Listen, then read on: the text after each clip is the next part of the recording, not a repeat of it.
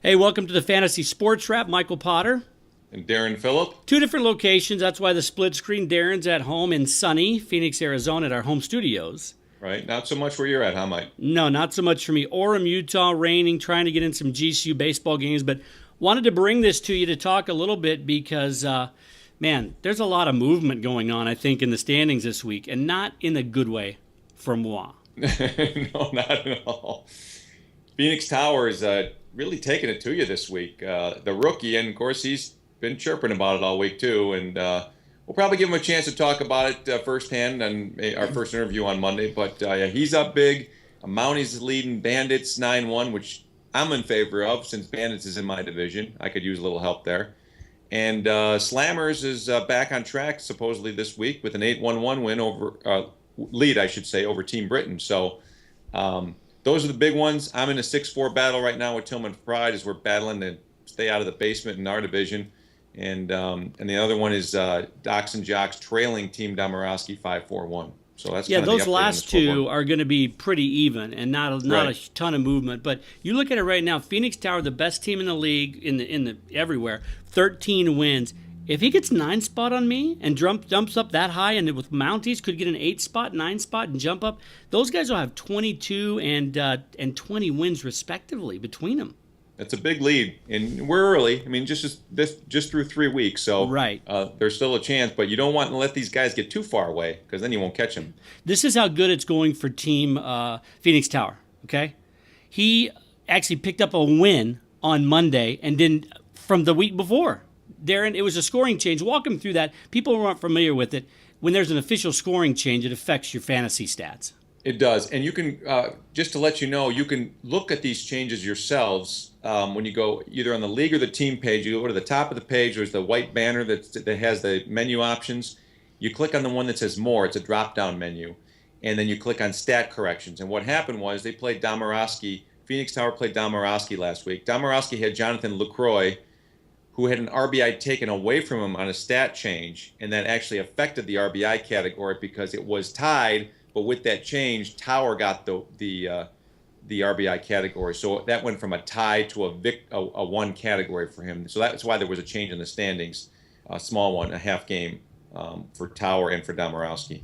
Well, right now you got Tower with 13 wins. You got Bandits and Mounties with 11. And you got 3 teams with 10, Slammers, Britain, and Bushwood Loopers. I'm obviously going to drop way down because if you look at my numbers here, this might be where it ends. It might be a 1-9-1. I might be able to pick up one more category, maybe 2, but I need a lot of help to do that, and I need my guys to hit. And you informed me today Abreu is going to miss a game because of rain and because of weather.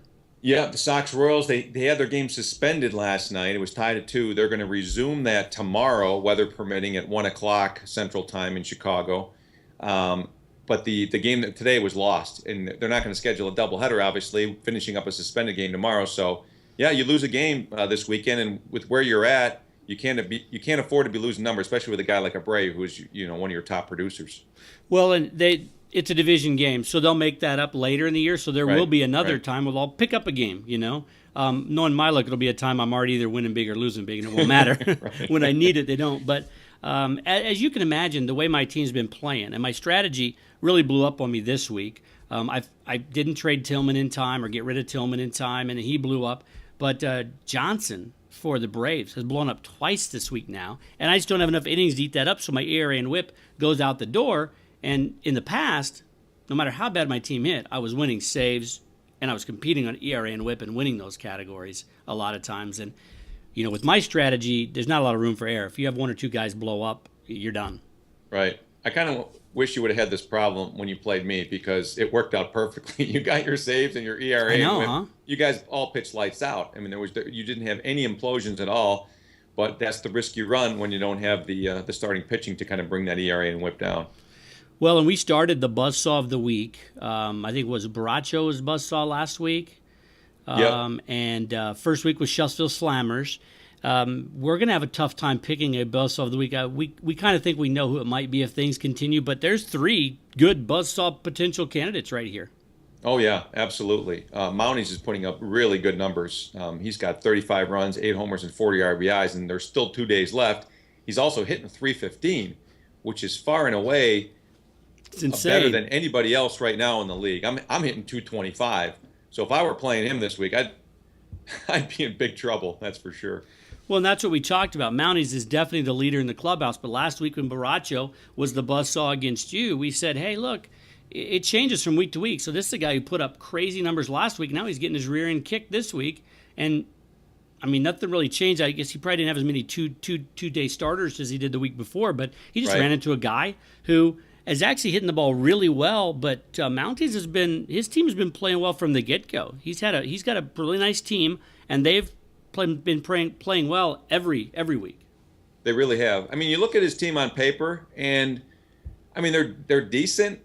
You might not be that impressed with them with how they look on paper, but I mean, let's face it, they're all having really good years so far. And I mean, Josh Donaldson, my gosh, I mean that was a guy that I was targeting in the draft. Yeah. I just never got a chance to get him because they were touting him from the beginning. The fact that he's going to more of a hitter's park in Toronto from Oakland. Guy's hitting 343 with 4 homers, 14 runs, and 13 RBIs. That whole Toronto lineup is really hitting the ball. Right. And and he's got who else does he have? Well, let me tell you a couple of his nice pickups. He went with Hernandez and Cano 1-2. He had the 10th and 11th picks. He went with those two guys. Those two guys aren't the reason he's doing so great. He picked up Joey Votto late. That's a first baseman who really slipped in a lot of places. He picked up Votto, who's playing very well.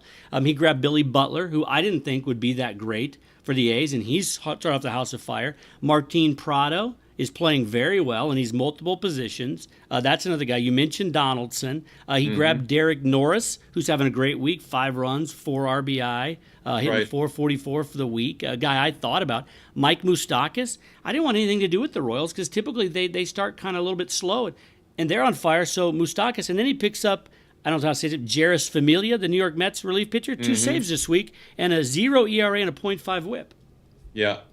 I mean, those guys were not guys anybody targeted high during the draft. And that's usually how it works. I mean, you got your guys that you're going to go after that everyone's going to be targeting, and then there's guys that you're going to pick up in the later rounds, and you're going to get them, for a bargain, and they end up doing well for you. So, but he's got his injury issues. I mean, he's got Yelich just went on the trust on me, the DL. I hear about it every week. Yeah, he what does he want, like 5 or 6 DL spots? He wants or something, 24 man? DL. No, he wants 2 DL slots, which I kind of agree with that. That might not be a bad idea with all these guys going down.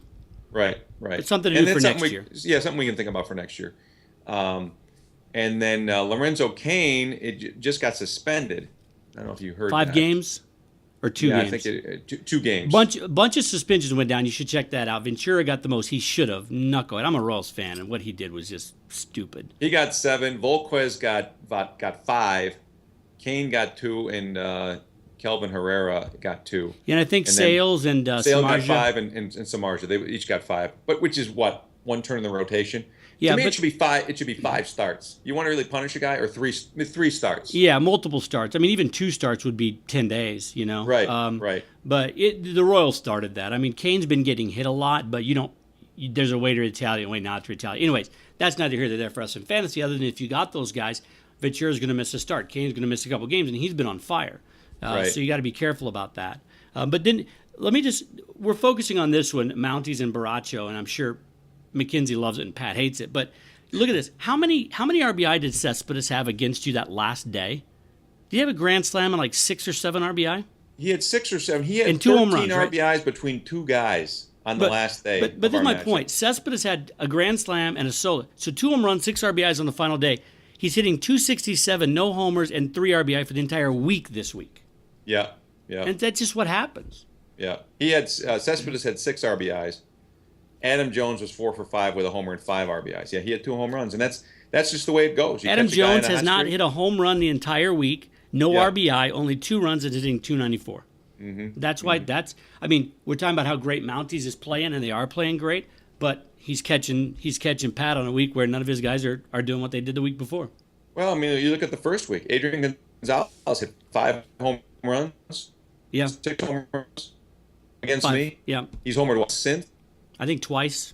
1 home run instead in the last 2 weeks. Two homers in the last 2 weeks. So again, you put yourself in a position to win, but again, sometimes you just have to get. It's the luck of the draw with who you're playing. Well, so we want to do a really quick one in between. Darren, anything we forgot to mention? We are going to have our Buzzsaw on Monday. We're going to have our first guest on Monday, and we might do that separately. We might put it inside our cast. But we want to start having you guys on more and more as well, and talk about it more. But anyway, I got a lot of work to do, but it ain't looking good. I think I'm going to be the guy chasing everybody after this week. Well, I think you got time. You'll have some time to do some research over the next couple of days because you're going to be sitting in a hotel room when it's raining. I mean, it's wishful thinking they're going to get those games in Utah at this time of year with the way the weather can be. Yeah, we'll see. And Darren, good luck to you. I mean, you got a chance to maybe get a few more categories here and get a 7-3 or an 8-2, but even a 6-4, that's a nice rebound from what happened last week. And if Mounties takes out Baracho, that's going to drop them down. Shuffsville's having a good week. You hope that cinches up a little bit for you. But I think winning 6 could get you right back up there amongst the leaderboard. Yeah, and I'm hoping to maybe pick up another 1 or 2 categories. I can still do it, but I'll take a win this week. Just looking to get back into the win column because I've had 2 losing weeks in a row. So if I can get a 6-4, okay. I'm hoping for more, but I'll take it. I'm not going to complain. If I can get a 2-8, I'll take it at this point. All right, guys. Hey, thanks for joining us, and we'll see you back here on Monday. Darren, have a great weekend. I'll talk to you on Monday. Okay, sounds good, Mike. See you then.